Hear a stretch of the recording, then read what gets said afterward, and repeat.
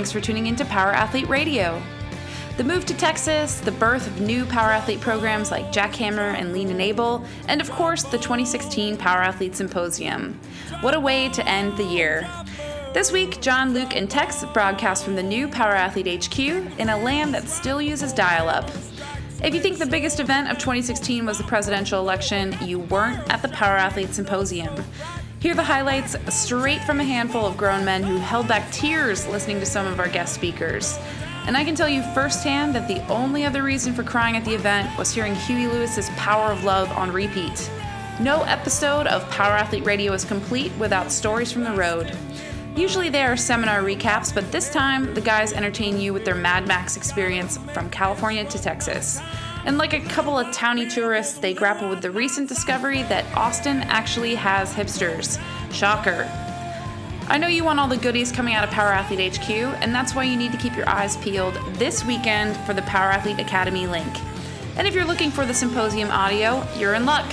It's my understanding that Luke will be distributing it out of the trunk of his Civic in the form of a mix CD. Follow his MySpace page to see if he'll be coming to a Walmart parking lot near you. This is episode 191.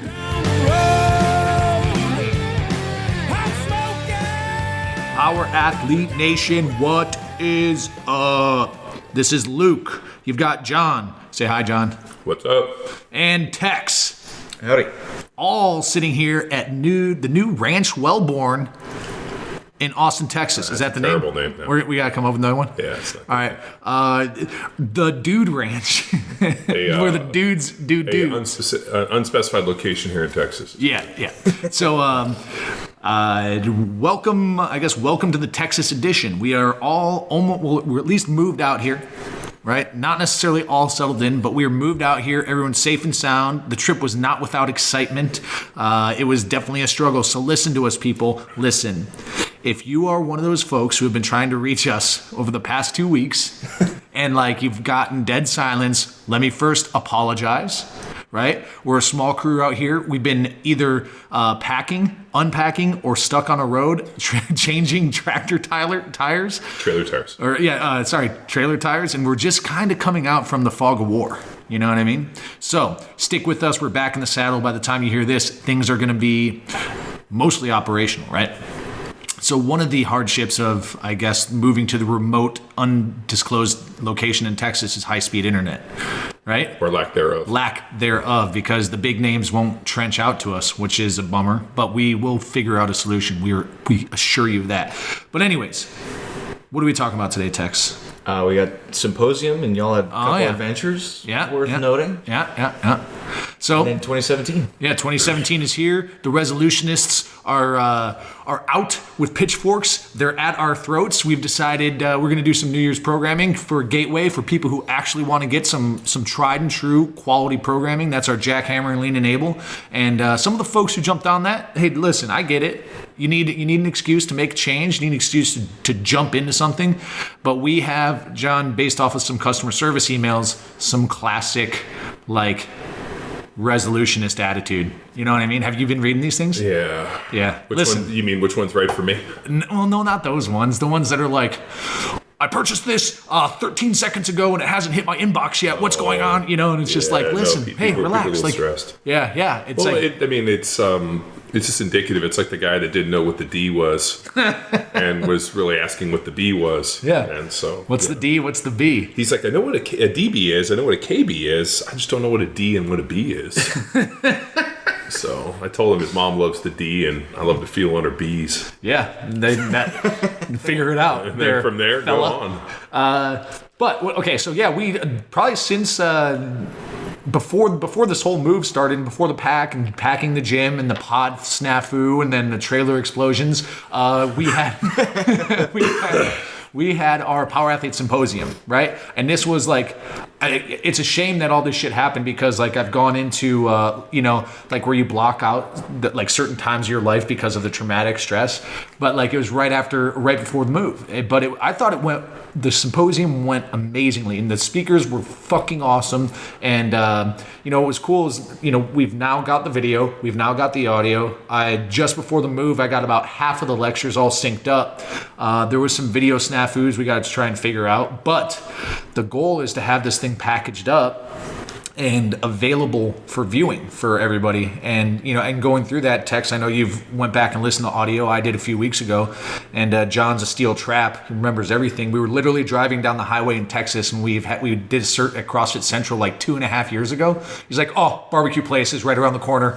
And like, we hadn't eaten for like 8 hours. And I'm like, are you sure, dude? Like, it kind of looks familiar. He's like, dude, you never forget a good barbecue place. And he exits and takes a right. And he's like, it should be up here on the right. And sure enough, that fucking barbecue place was there. And we got like 10 pounds of barbecue. But anyways, the moral story is steel trap over here definitely remembers. Yeah, for barbecue places. Yeah, my superpowers only exist for remembering barbecue spots. Mm-hmm. So, I mean, some notable speakers for me personally were... Brad Schneider rocked the house. He just rocked the house for me. It was a great way to approach the closing. He's a hack. Oh, come on. You were like, I could see the stars in your eyes. Well, dude, the only reason I'm saying that was I had to follow him. And I'm like, God damn it. He gets up and gives I'm like, the EOD working with the SEALs, gets blasted, loses his eyes, loses his buddies, and then 1 year to the day goes and wins a gold medal at the Olympics. In the Paralympics. Yeah. Dude, it was. God. It's like a made-for-TV show that had Gary Coleman in it. Remember they used to have those TV like made-for-TV movies that were like the Lifetime deal. Well, it was like a Hallmark. The Hallmark thing where the guy's overcome. I was like sitting there being like, God, this is like a TV movie, and I got to follow this dude. Everybody's crying and cheering, and I'm like, I get up there and talk about be the change you want to see in this world. So, but here's the thing: it did put a bow on the top of like all the speakers. So here, and just again going back to the cadence of the symposium, we had a pretty bitchin' Civic Center in Newport Beach, and what we would do is, speaker would go up there, 40 minutes to an hour ish. Dr. Tom 3 hours, whatever. And then afterwards, we would have John and the speaker sit down for a Q&A, Talk to Me Johnny style, like a live Talk to Me Johnny. If you don't know what Talk to Me Johnny Live is, Google it. But we did a whole video series, one with Andy already, Dr. Tom. Anyways, it was great because people got to ask questions. It was very personal. But like each speaker basically was in the spotlight for like 2 hours, right? Maybe 2.5. Part of it was candid discussion. Part of it was their speech or the presentation. So it was killer. But one of the things that stuck with me with Brad is just like, you have a choice, right? When you get dealt a shitty hand, you make the choice. And he said it more eloquently, and I have it in my journal or notes, or at my house. But no, it was pretty telling presentation. I thought it was a great way to kind of shut it down. But I guess more practically speaking, Andy didn't disappoint either. Andy was our opener, right?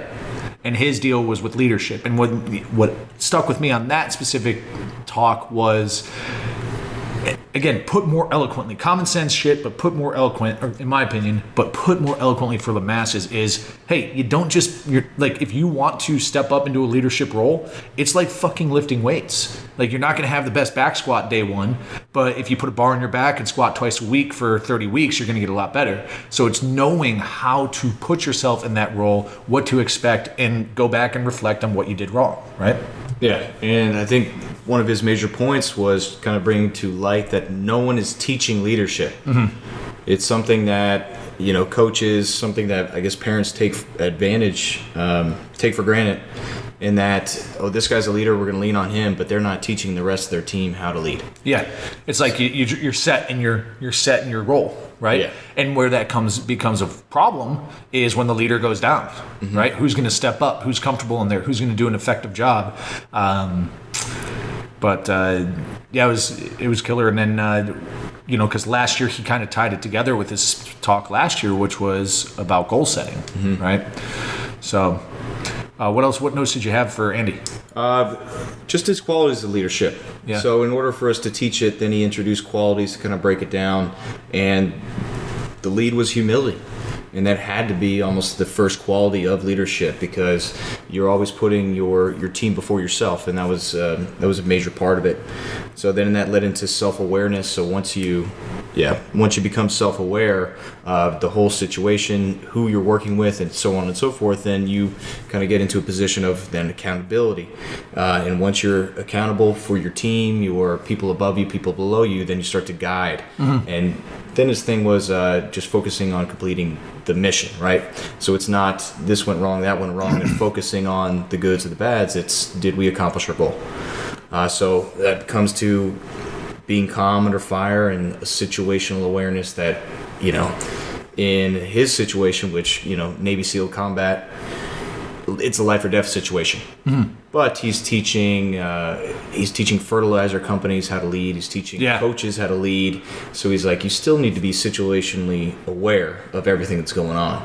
So don't rely on the stress of the situation to kind of then step into a leadership role. Right. You should be doing it throughout, which is kind of cool. But just kind of breaking down qualities and then chipping away. And last year you talked about the domino effect, and each one of those qualities that just becomes your domino that goes into effect. And then before you know it, you've developed all these leadership traits. Yeah. And then, during the Talk to Me, Johnny portion of it, John, you guys sat down and you were able to kind of compare and contrast the good, the bad, and the ugly between, his more combat experience versus your NFL experience. And I think somebody even from the audience asked, like, hey, if you do have shitty leadership, how do you deal with that, right? And you gave some pretty good advice there. One of the questions that was asked was, if you find yourself under poor leadership, how would you go about either letting that leader know? And you had talked about like subtly, passively, aggressively, like, hey, here's a leadership book, and it kind of unwound into you just kind of got to weather the storm. Yeah, Andy's was pretty good in that the idea of like outleading the leader. Making sure that like you're doing everything to almost like exemplify how bad he's doing that. And I can think of like several instances where I've seen people be poor leaders, and it's just so easy to kind of slide into like mediocrity with it and just realize like, oh shit, the ship's astray, so let me just jump in and let everybody kind of just drift and wander without a rudder.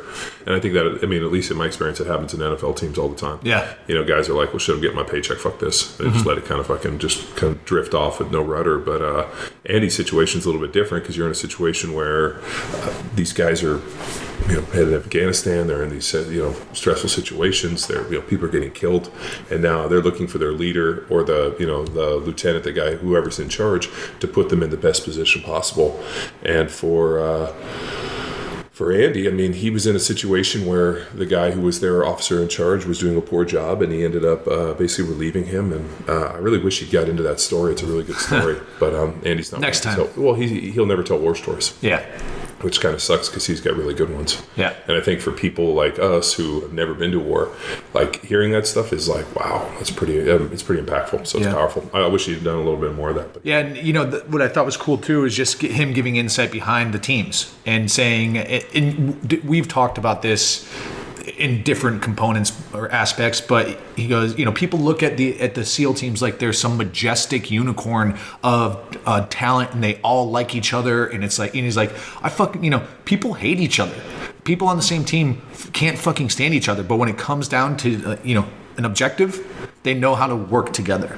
And that was kind of a product of proper leadership, is that how everyone knows that they're on the same streak. And then, going back to what you said, this other conversations, you play with guys you couldn't stand, but between the whistles you guys had a common goal. And that's part of being on a team, is just let bygones be bygones or whatever, and fucking go and attack. Yeah, being part of being a good leader is being a good follower. Just recently, Minnesota Vikings, I don't know if you saw this story, but the defensive backs coach put a scheme in place. Defensive back said, nah, we're better than that. He just wanted to shadow a wide receiver the whole game. Team went against him on the field and just called their own plays defensively, and then got smashed by that one individual receiver. So Did they? Yeah, so they went against what the coach said, right? And they thought they knew more, and then they ended up getting smashed because they thought they were better than what their coach's plan, and the Packers blew them away. So that goes to something and that you and Andy even talked about in the Q&A, and you always say like, just make your coach look good. Well, do what they say. I used to tell young guys this all the time. Like when young guys would come in, they'd always, be out there doing whatever bullshit they learned in college they think would work, and unfortunately it didn't. And I remember telling a young guy one time, like, if you keep doing what you're doing, they're going to cut you because you're not doing what you're told. Mm-hmm. Do exactly what the coach tells you to do, and if you win, then everybody looks good, high five. If you lose doing what the coach tells you, the coach has to take it. The coach's problem, not yours. And they probably won't cut you. They'll be like, hey, he's doing exactly what I'm telling him to do, and he's not winning. So now we need to figure something else out. And I relayed to him when I was second year guy coming in, and they just had me playing guard. They wanted us, and this is fucking semantics, but they wanted us to jump set everything, which means like I'm in my stance, and they wanted to take everything on strong, which means you go like 1-2 forward and you move like to attack the guy almost like a run block, but they wanted us to do that with pass block. Mm-hmm. And all of a sudden I'm like looking at playing Leon Lett on my first NFL start at guard, and he's playing in this wide 3 technique, which was pretty much off my body. Mm-hmm. And I'm thinking to myself, if I jump set Leon Lett, he's going to literally swim me and make me look like a retard on national TV on opening day. And I remember telling my coach this, and he's like, well, this is what we want you to do. And I'm like, okay, can we do this a little bit in practice? So we used some guys that were similar to what Leon Lett would be like, usually like 3, wide pass rushers. We put him in the 3, and he had me jump them, and they were literally getting the corner every time. And he's like, you got to get better. I'm like, well, we got a short week, so why don't you let me try to set him like a tackle? And then sure enough, I just basically set back at a 45 like I would at a tackle on a short set, mm-hmm. and did lose. And I remember my coach being like, okay, we'll just do it this 1 week then. So I go in and I basically pitch a shutout against Leon Lett, and he doesn't even get a tackle, doesn't get a hit, no sacks, nothing. And the next game, all the guards changed the way they set, and we set back 1-2, no more jump set, which is what they've done at the Packers. Huh. And since then, Andy Reid has never had any of his guards ever jump set, because when he came from the Packers, they jumped everything, and then ever since then, we had the guards start setting like tackles, and that was based off of that one day. And if he had done that sooner, Doug Brzezinski, who I ended up beating out, probably wouldn't have got beat out because he was having to jump set and he couldn't do it. So it's just one of those things where like you almost have to look at this as a high tide rises all boats. If you're in a situation, especially with a coach, you're like, okay, we all want to win. This might not be the best, but in that situation, just going against like for game plan stuff, that's what those coaches do. They live and breathe that shit. Those guys mm-hmm. design game plans in May. Like they're like designing those things months in advance. So I wouldn't ever go against that. And the last thing I would ever expect is a bunch of DBs from the Minnesota Vikings, which has been a real powerhouse, a real ass-kicking organization over the last 10 years, to be able to come in and put together a game plan aside from their coach and basically go against. It's good. Fucking idiots. They should cut all those dudes. Job's on the line. We'll see what happens. Yeah, no, they will. I mean, if they did something like that, they'll probably get rid of at least 2 or 3 of those guys. So, and and you and Andy talked about, and you gave in your presentation, John, push versus pull leadership. Yeah. Where do you see that? Where a coach would push or a coach would pull there? Well, it's kind of a weird deal. Like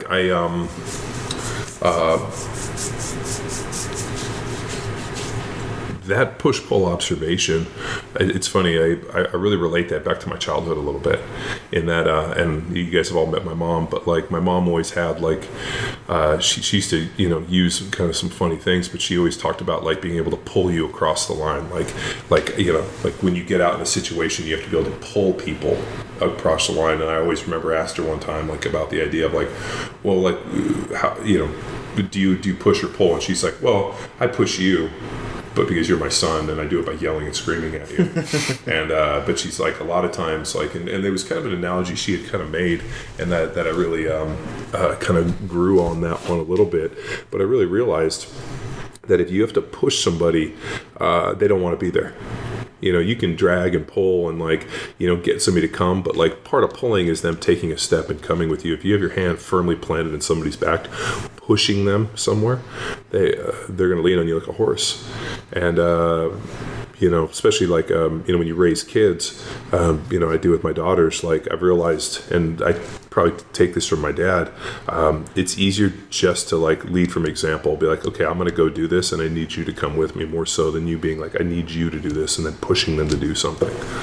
And I can think back on owning the CrossFit gym and CrossFit football and Power Athlete and all the different entities that we've worked with, Well Food Co. and so forth. And, anytime I get in a situation where I have to push somebody to do something, it's usually a failure. And, I just, it's almost easier to like lead from example and just like throw a rope over your shoulder and drag somebody where you need them to go, more so than like put your hand behind them and push them. And the picture I used for that talk was the one from 300, where remember the slaves, the guys were like hitting them with the whips to try to drive them into the Spartans. They were pushing those guys to their death. And that's the analogy I always mentally think when I saw that movie. They were like pushing those dudes to their death and they didn't want to be there. No. And the idea of push pull was this kind of leadership style, and I think it's just at least I hope that the talk was an easy takeaway for people who own gyms, that own businesses, to kind of be able to self-evaluate and say, what kind of leadership am I putting out, and what type of I guess you could say it's like culture? Well, yeah, like a culture, or more importantly, like what pressure am I exerting? Is it a push or a pull?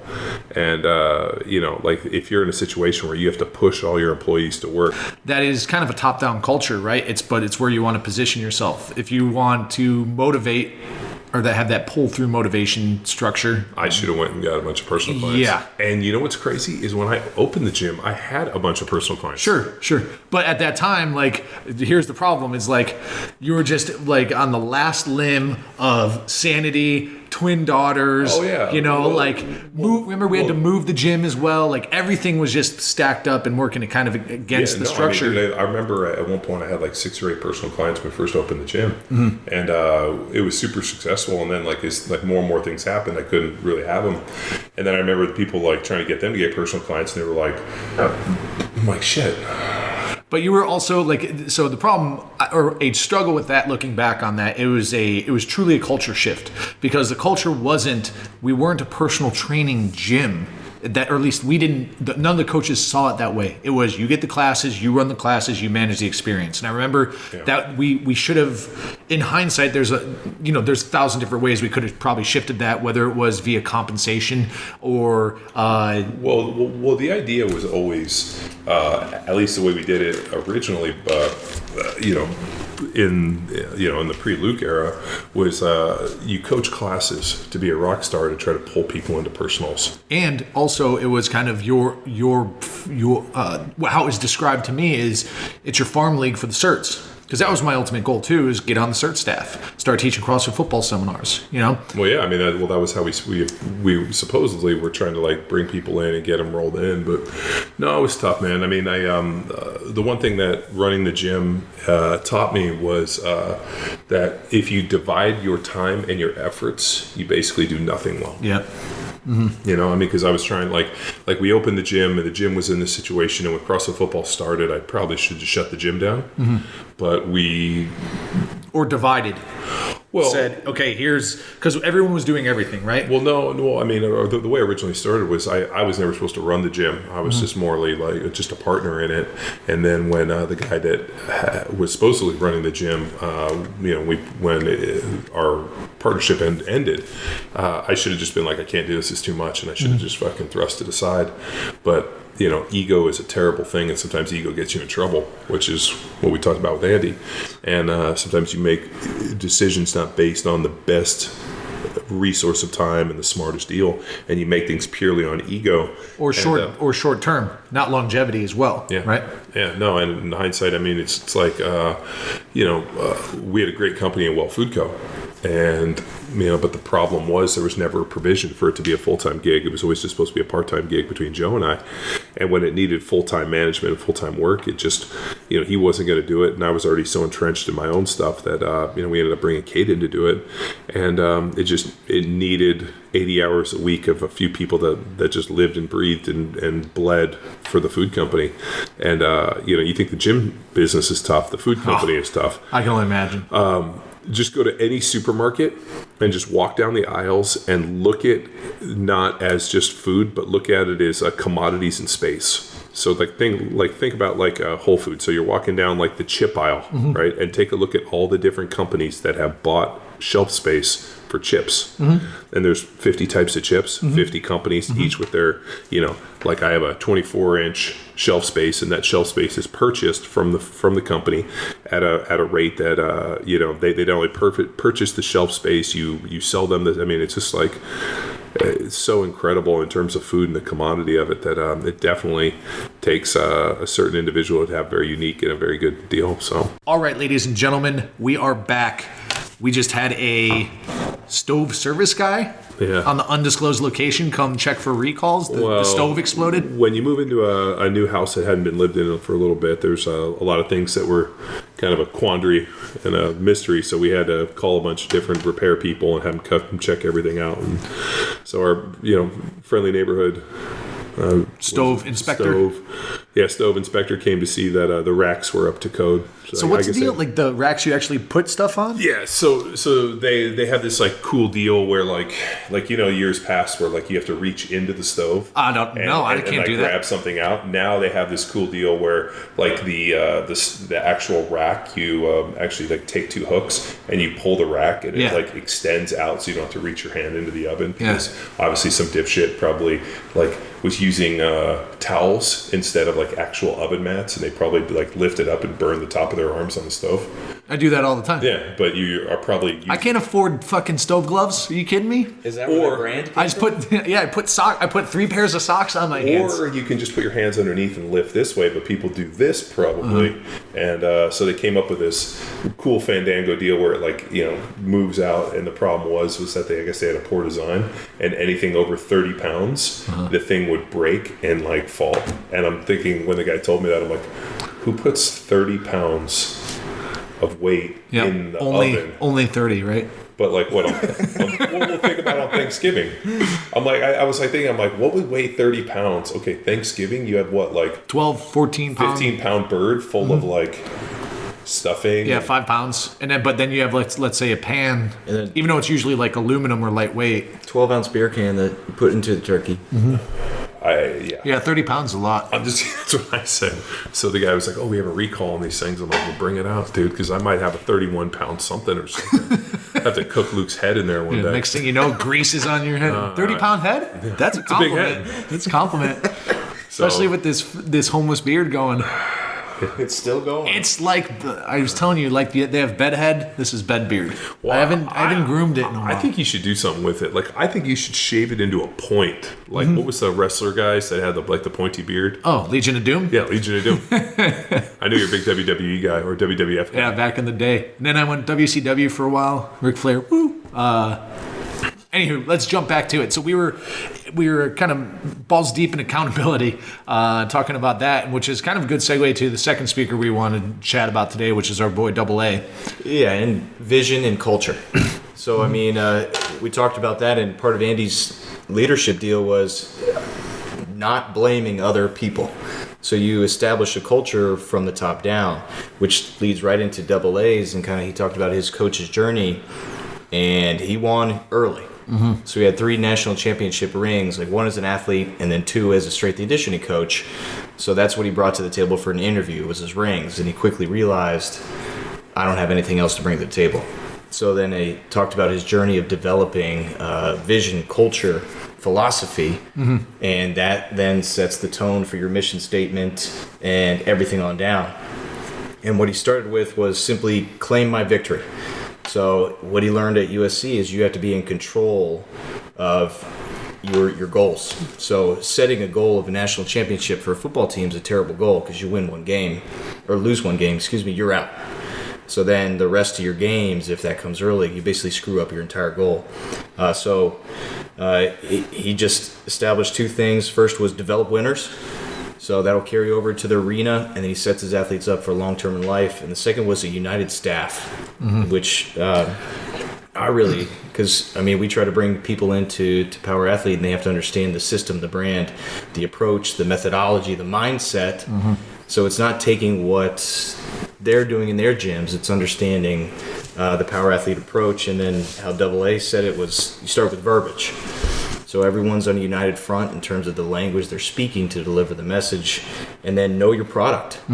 People that are going to step up and deliver like the Power Athlete message have to understand the product. So it came down to principles, people, process. And so that's one of the biggest takeaways that I was taking away from AA.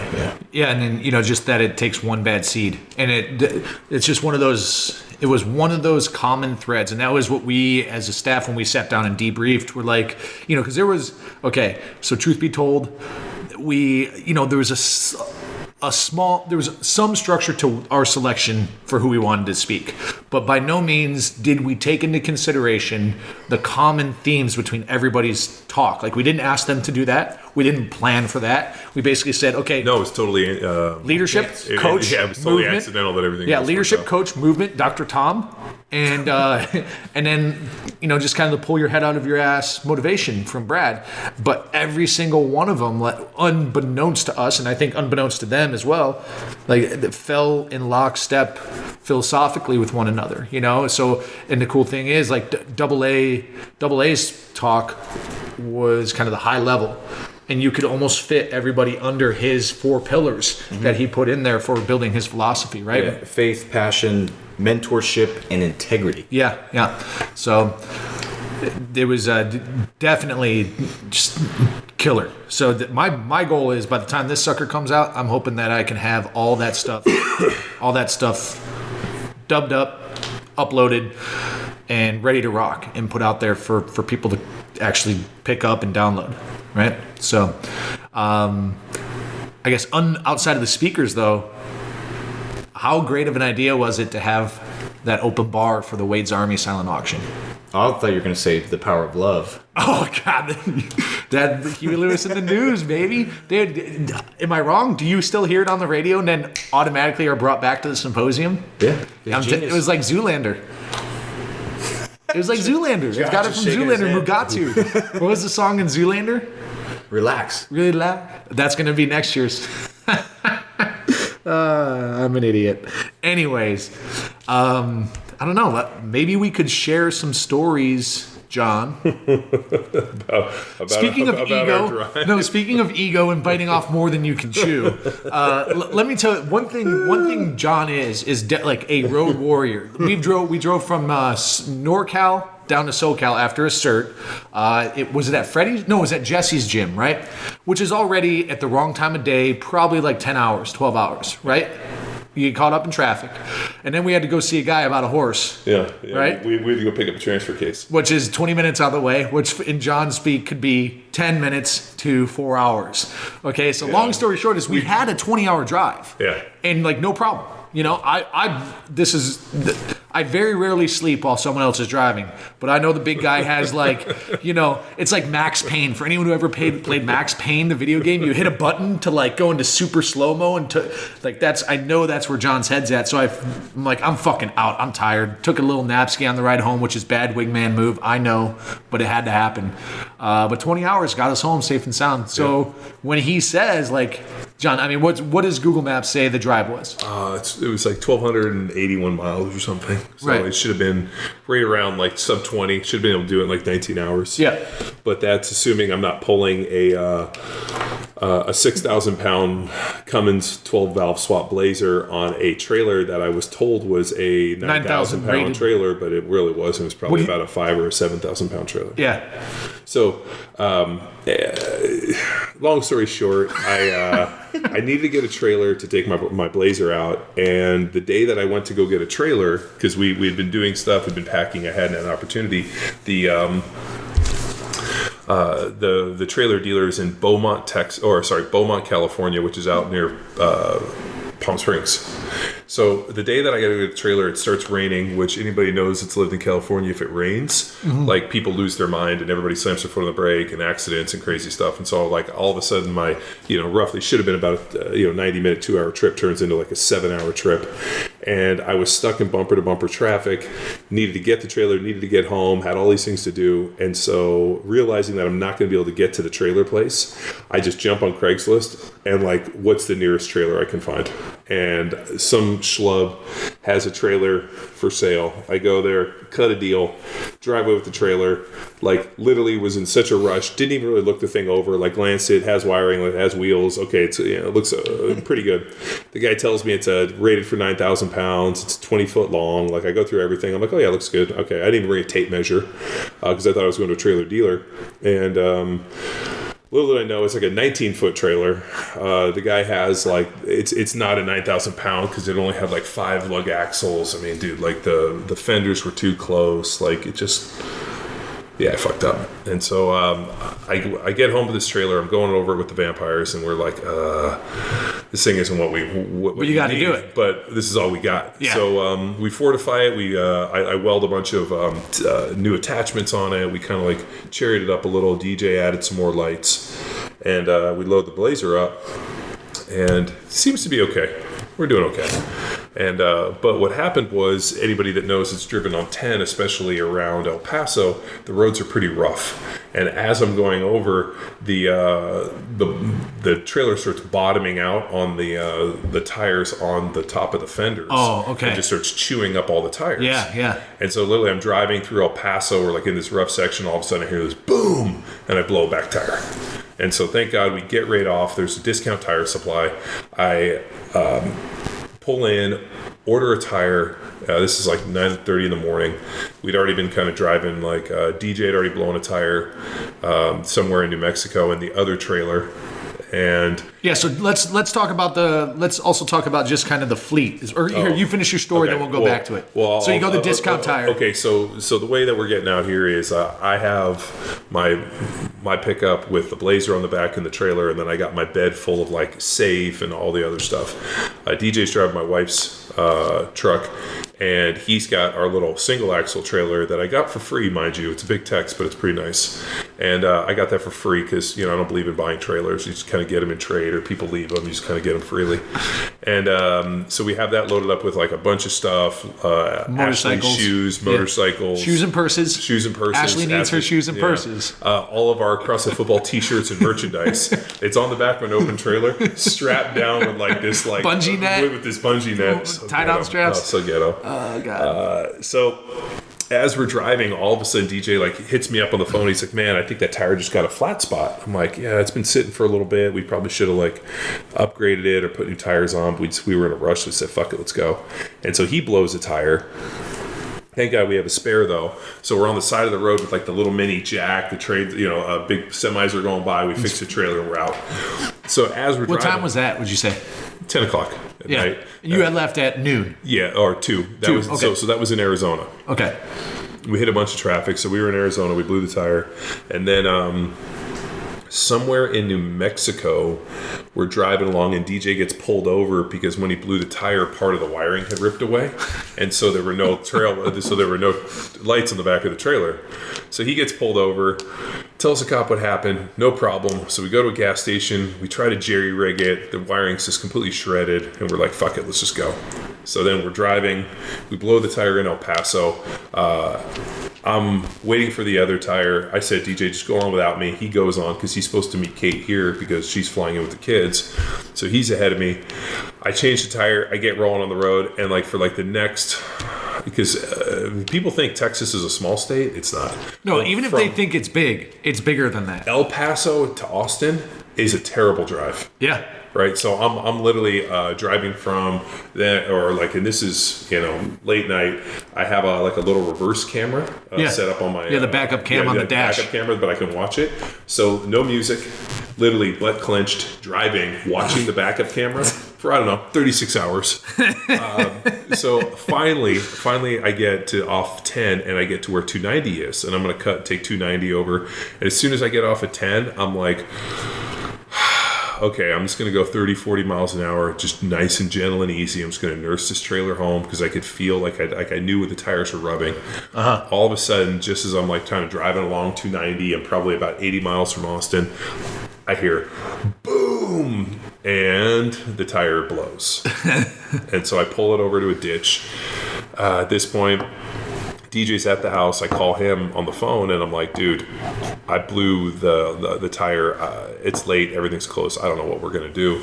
So he's like, I'll come and get you, and we'll just ditch the trailer and the truck, and we'll just drive the Blazer and come home. So he ends up driving whatever it was, an hour and a half, 90 miles to where I am. Now, mind you, it's like 1:30 in the morning, 2 in the morning.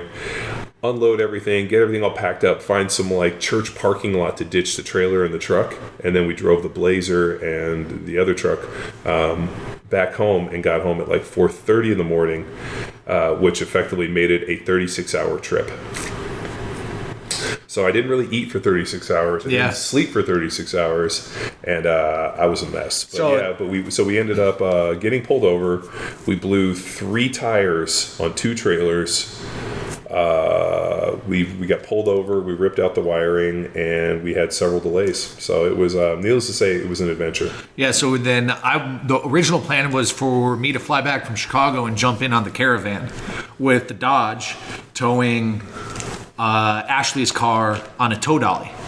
But that just didn't shake out. A couple reasons. 1, landlord couldn't get me access early to our new spot. 2, the flight wasn't the flight I thought. I thought we were getting in at we were taking a 6 a.m. flight to get in here or get into California at maybe 10:30, 11. We can make it happen. 3, John got short on time, so there's stuff to clear out in the office still. So, and then 4, I hadn't thoroughly thought through how I was going to pack the back of the truck. Okay, because I also had a safe to pull. I had some files to pull. But long story short is I fucking Beverly Hillbillied it. We created a little cubby hole in the bed of the truck between toolboxes, grills, safes, things like that. And then packed all of our shit in. And then put the mattress on top, and then laid tarps down, and then bungeed all around. So it was like proper fucking Beverly Hillbillies setup. Not to mention Ashley's car was packed with a whole bunch of shit as well. And go get the tow dolly. They don't have the tow dolly, so I couldn't have left anyways.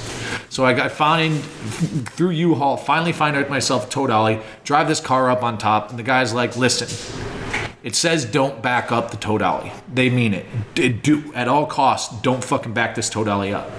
I'm like, yeah, okay. I think they just say that because we get through, the plan is to go to Tucson, take 4 hours sleep at a hotel for $80, and then from Tucson, jam to Texas. And Tucson's supposed to be 7 hours, but again, towing a fucking car, finding traffic in the IE, ends up taking like 10, 11 hours to get to Tucson. So we get to Tucson at like 1 in the morning, and the plan is to grab 4 hours because just from tumultuous cert experiences with Tex and with John, you can operate pretty well solo for 12 hours on 4 hours and enough coffee, right? But still be entertaining. Yeah, for sure, which is important. Another detail on the Dodge is its manual transmission, and Ashley can't drive that. So convenient. It's Ashley and the fucking dogs sleeping for 30 hours, and I'm just there listening like Joe Rogan podcast and like book on tape Tex has me listening to for our book club. And dude, we fucking pull up, and I drop her off, get to the room, and I go pull around back, and I go to take a spot next to another trailer guy. But as I'm pulling in and coasting through, I realize I'm not going to be able to make a right. I'm not going to be able to pull through. So before I set, I'm like, okay, the trailer's straight, the car is straight, the truck is straight. I can get 8 feet. All I need is 8 feet to come back out and whip around. And it didn't work out because I don't know what the fuck happened. I went into reverse, and the way the tow dolly, have you pulled the car on a tow dolly? No. So it's got the axle and it's got the platform on there where it cradles the wheels. Yeah. Well, that thing shifts. So as you turn, there's really a pivot on the hitch. There's a pivot on the tow dolly. And the wheels of the car turn slightly. Does that make sense? So as I'm backing up, I keep the tow dolly straight, but the Volkswagen kicks out. And then I start pushing the Volkswagen fucking sideways. Oh. And I'm like, that doesn't look right, but I just need 2 more fucking feet. Wait a minute. I gotta look this thing up, dude. I've seen them. I'm just wondering why they can't go and... Because the car is on a swivel. on top of the dolly. Mm-hmm. Right? So the dolly axle is fixed like a trailer. If it were just the dolly, you could back it up. But since you got another pivot, it's like a two pivot. You know what I mean? I see what you're saying, because the rear axle. Okay. Mm-hmm. So then I start pushing this fucking thing through. I can't get it any further. So then I'm like, you know what? Fuck it. I just crank it and I go to hop the curb. But before I pull that tow dolly over the curb, I just like get out and try to assess what the fuck's gonna happen. And sure enough, I'm gonna rip a fucking muffler off if I go over this curb. So now I'm stuck here, and we gotta fucking, it's like 1:30 in the morning in Tucson. You gotta basically undo the car. Gotta undo the car, but the car is fucking packed. No. So we gotta unpack the driver's seat of the car. I pulled Luke parked the car in Power Athlete, and then I had to move it out to get all my stuff out, so I had to get in this thing. And the problem was he had it so packed, like even the driver's seat. Well, no, there's a cubby in the driver's seat big enough for Ashley. Right, which so I'm trying to get John's in. too, Ashley. Right, and Luke has like the first, like the thing closest to the seat and then the steering wheel is his compound bow. So like the compound bow is like hitting me on the head of the steering. I'm like, and I like, thank God it's automatic. I get in, I'm like, door open, I'm like, I pull it into a spot and I get out, I'm like, this fucking asshole. I'm like, who packed this thing? I'm just such a fucking hillbilly, man. What can I tell you? Well, anyways, I unpack it, pull the trailer off. But anyway, like I thought when I go to put the car in the drive to pull it off, I get fucking error codes on this fucking thing. Well, it's because I had fucking cranked past the steering lock and when trying to like back this thing up, but I didn't know. So I'm like, I fucked Ashley's car up. This thing's a lease. Everything's fucked. So my cortisol, boom, spikes. And then just get on the Google. Oh, no problem. Do this, clears the code. Sure enough, fucking shift, car, clears the code, and back it out. Everything's fine. But I'd already fucking thought I ruined everything. You know, so like I'm fucked. Like, oh, you mean you don't have a scanner in your car where you can clear codes? No. Oh. But well, I do. But I keep a scanner with me at all times. Some other fucking VW fucking vampire like DJ figured out some way to shortcut it. Oh yeah, it's like 3 clicks to the right. And yeah, like, exactly. Yeah. So long story short is get in the room, but I can't fall asleep. So it's like right now it's like 2:30, 3 o'clock, and I'm just sitting there. What's weird is Ashley, who slept the entire time. The Sandman is in there probably sleeping. Like, she's like, I had a great trip. It was wonderful. We had so much fun. But she's it's a superpower. She's the worst. I'm jealous. I'm just jealous. Ashley, she's like the Sandman. Yeah, just mouth open, and you're like looking at her, and you're like pulling this trailer, pipe full of shit. Yep. But so we end up then barreling through. We get through 10 without incident. And but as soon as I pop off on 290, I'm coming off and I start to notice a lump, like just a lump in the trailer. And I'm thinking that it's just the pavement, or at least like that's what I'm hoping. And I have enough fuel to make it, so I'm just like, oh, it's probably the pavement, like in my head. And I just fucking same thing, white knuckles. But butthole clenched, I'm looking as cars come up behind me. I make sure that the tire's holding shape and there's no bubble or wobble. And there's not. But that is because the whole fucking tread of the tire had shredded off. And I was like on the tube under the shred, the wire fucking, the wire rubber, man. And the wire wall. And we pull up to the fucking house. You mean the steel belt? Yeah. And we pull up to the house and I look at this trailer, Tyler, and I'm like, fuck, like just by the skin of our teeth, and we finally fucking make it. So all the trailers that we had towed had a casualty. But I had U-Haul at least. They just roadside assistance me and changed the tire, no problem, bing, bang, boom. Yeah, we should have had that, but no, we had the get up, dude. Well, anyways, you know what's funny about that, John? Is that's like, how many days ago is that we actually rolled up here? What's today? 5 days, right? Yeah, we got here Thursday. Yeah. So 5 days ago, it's only been 5 days. Does it not feel like a fucking eternity, though? Yeah, I feel like we've been here 100 years. I mean, talk about being on the grind. During the past week, I'd say, because you did packing, right?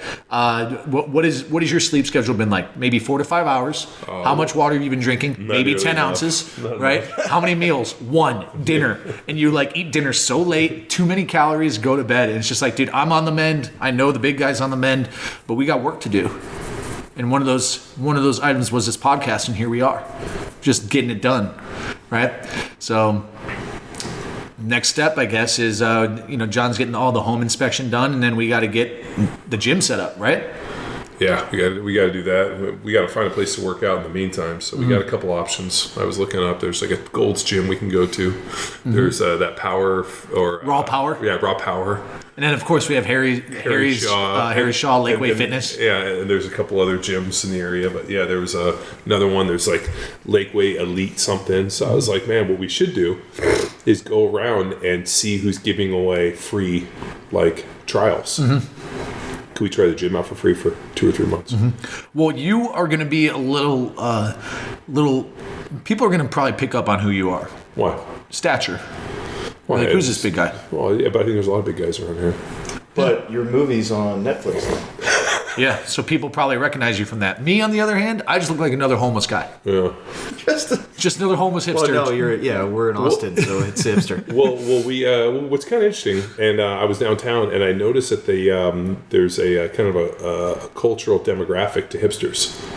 Oh yeah. You're talking about like So where we are is the Newport Beach kind of is like it's almost like like, hey, listen, I'm a lumberjack. No, Cowboy. Like But I drink kombucha. I think it's like hipsters are regional. It's really interesting. Like there's this regional tint. And the only thing I can relate it to is like, like the similar type of animals and like different continents that they on. They have their own kind of tint adaptations. Own adaptations. So what I noticed the other day was we were in Austin. I noticed that there's this kind of like cowboy hipster in Austin where like I'm wearing jeans. I wear plaid. I'm wearing jeans. I'm wearing plaid. I'm wearing jeans. I have on either like some like overly expensive kind of like work boots, like Red Wing, Iron Rangers or something, or like cowboy boots. I have tattoos. My mustache is groomed and oiled. Yeah. I'm wearing beard oil, and I have like high and tight and the whole deal, and then tattoos, of course. So there's like this whole like. But I'm also bow-legged and kind of rugged.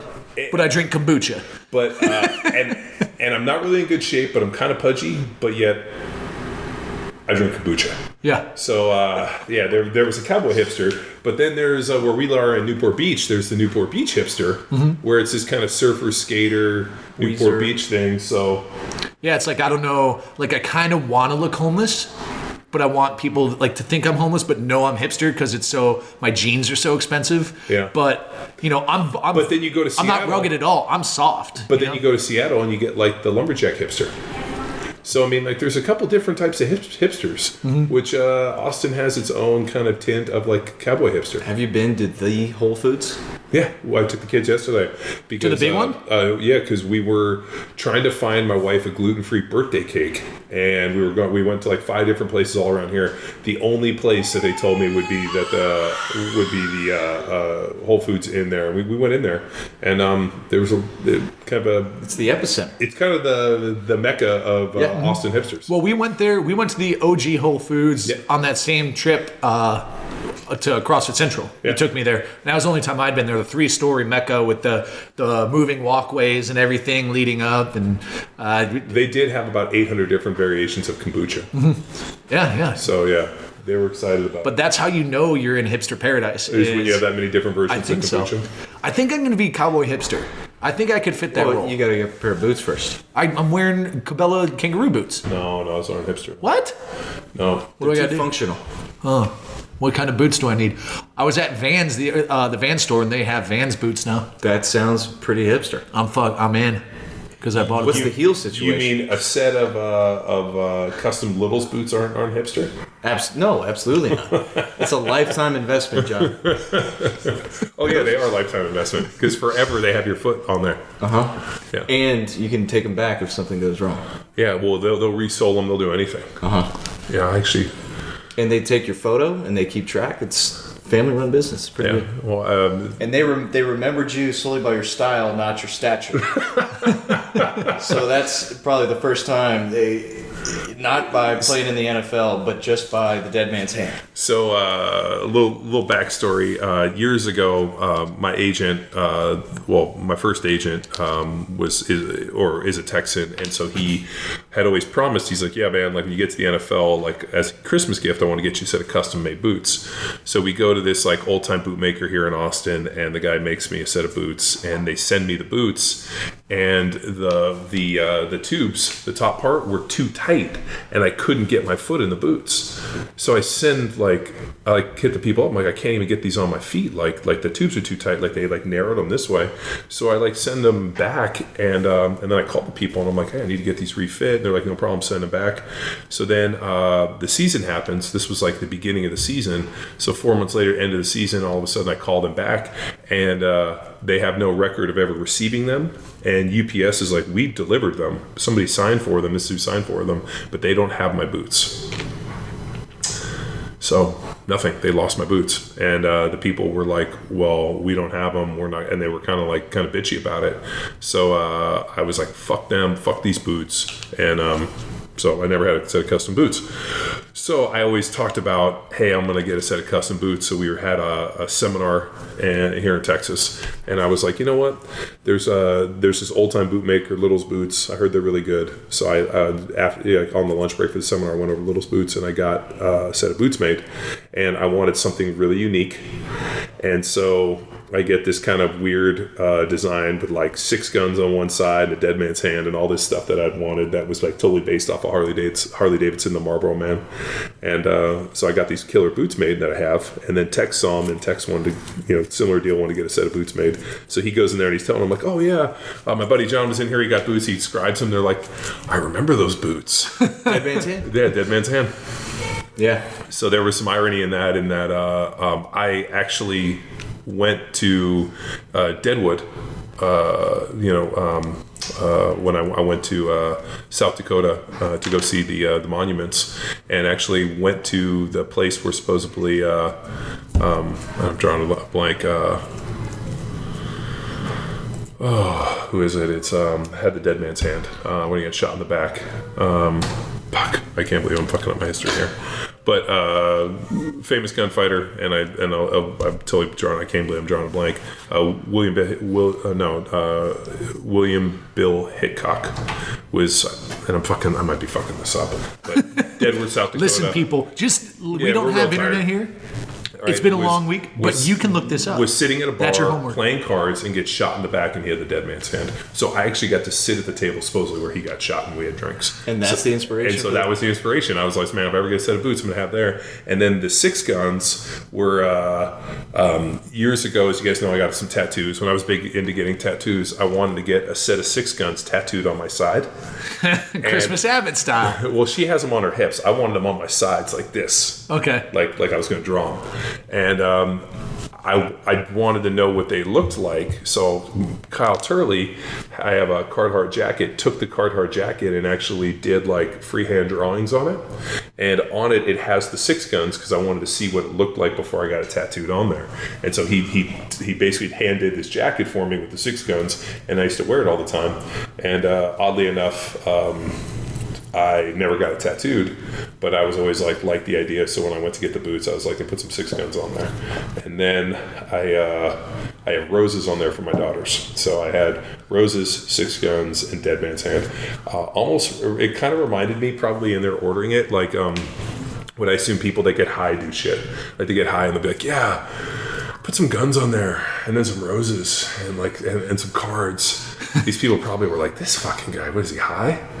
And so no, it came off some killer boots. So yeah, and like 5 years later, they still remembered them. Yeah, but amazing process. I recommend it for anybody. Just fucking sit you down, take your measurements, and then you create the design with them. Mm-hmm. Talking color schemes, whatever, artistic art, and they have to create it, turn it into leather, and then put it together in the boots. So it's amazing experience. Last pair of boots I'll ever buy. Yeah, and just being a part of the process. I mean, like you go in there and they like have like a vault of all the like your foot rub, and I mean it's a real process. Like they send it to you. Like I have mine in the safe, and like it's got your name, and like if you ever have any problems, you can call and order boots. I mean, the process takes a while too. I mean, how long did you wait on yours? It's a year, wasn't it? Yeah, I went in December 23rd, and I got them in September 23rd. Yeah, I think mine was like 7 or 8 months. And then they show up, and you're like, ooh. So I actually put mine, you wore yours. I just had mine sitting on the shelf because I thought they were so cool. I looked at them. So I had them actually in my office on my shelf for like 6 months before I ever wore them, just because I was like, they look too nice. They just look like art. Yeah. So, yeah, Little's Boots, bitching. Well, that's it, people. We are here. Now John has to wear them. Yeah. I am. I'm going to try to. I need to go find some pants to wear them with because I have. You got the hipster jeans. Well, yeah, all my jeans are kind of like tapered, so I got to try to find some pants that are a little boot cut. So I'll try to find those. We got anything else? And I need a 36 length. That's another one because nobody ever likes wearing boots where you like look like you're waiting on the flood. That's a bad deal. You got to have like a little bit of a stack. Is that true, Tex? Yeah. So I'm typically a 30, but I go a 31 for my Wranglers. Oh yeah. Yeah, that way you get a little. Oh, you wear Wranglers, huh? Oh. Yeah. I'm loyal, brand loyal. But only in Texas you wear the Wranglers. I've never seen you wear the Wranglers. He split the Wranglers on the belts on the Pit Shark, didn't he? Those are the only jeans I own. Yeah, they survived the Louis Simmons belt squat. But those aren't like the old like the OG Wranglers, are they? The butt patch. Yeah. Yeah, well, I know, but like the Wranglers I know are like are this color blue, and are like the cowboy Wranglers, like the ones that like the bull riders wear. So they like the ones I'm talking about. There's like an acid washed color. That's probably my favorite. Why? So, it brings out the arm hair? Yeah, actually. Yeah. The acid wash is more slimming, John. Is this your first time buying jeans? Tex gets just the thigh acid wash, so he gets that slimming look on his Wranglers, right? Maybe that's your cowboy hipster. Well, here's the thing, dude. I'll tell you what your Wranglers are missing. You want to know? A beard? Nope. Rhinestones. You need to jewel those up. You got to bedazzle those fucking them. jeans. That's true cowboy. Yeah, bro. I know. Like if you had a bedazzled. Bro, I know. Well, I told you when I came out here to do the inspection on the house, I was at the Starbucks up the corner, and this lady I walk in, and this lady in front of me was wearing these like skin tight jeans. They have like the pockets, like the stitching is all white, like white stitching, and they got like all these like they're all jeweled up. She's got like this like belt on that's all jeweled up. And on the belt, she has a Glock in like a Kydex, open top Kydex, like pink Kydex, and the Glock's all like painted up, all like, like fucking artsy. And she has it on her hip, like back here at like, what would that be, like almost 4:30, 5 o'clock. She has it on her hip, and she's at Starbucks ordering. And I'm looking at this lady, and I'm looking at this Glock. There's no retention on it. She's like forward. I'm staying behind her. I could have taken the gun and shot her and not on everybody else, but I'm like, this lady has a Glock on her hip, open carry style, like it's a fashion statement. Yeah. But didn't have enough dazzling, so she's technically not a cowgirl. She had a lot of. She had rhinestones all over that belt. Can you get rhinestones on those boots, on the little boots? I'm sure you can for yours, buddy. All right. My birthstone is blue, I think. So I'll have to go with that. See, Luke wouldn't appreciate the investment. Clearly not. No, of course I would, but I would never make the investment. That's the thing. I'm too cheap. Yeah, he'd be like, okay, let me go to a Boot Barn. What's on the bargain basement aisle? Okay, one's a 10, one's an 11. Bargain basement boot barn. That's me for sure. Yeah, where'd you get those boots? Bargain basement boot barn. Yeah. Cool. But all right, people, that is it. That wraps it up. We've got stuff to do. The monkeys are up, running around. Thanks for listening, as always. If you and also if you've ordered from our shop.powerathletehq.com, literally today is Tuesday or Wednesday. We're setting that. Everything's on the rack and getting ready to ship as we speak. So thanks for your patience, people, and that'll bring it to a close. Right? Sounds good. All right. Bye. See ya. Bye. Now it's time for you to empower your performance. As advertised, the Power Athlete Academy and Symposium content will be popping off this weekend. Check in at academy.powerathletehq.com for details on a seriously amazing educational program that will make you a more informed coach. It's unbelievable the amount of effort that's gone into creating this resource for knowledge. Until next time, bye!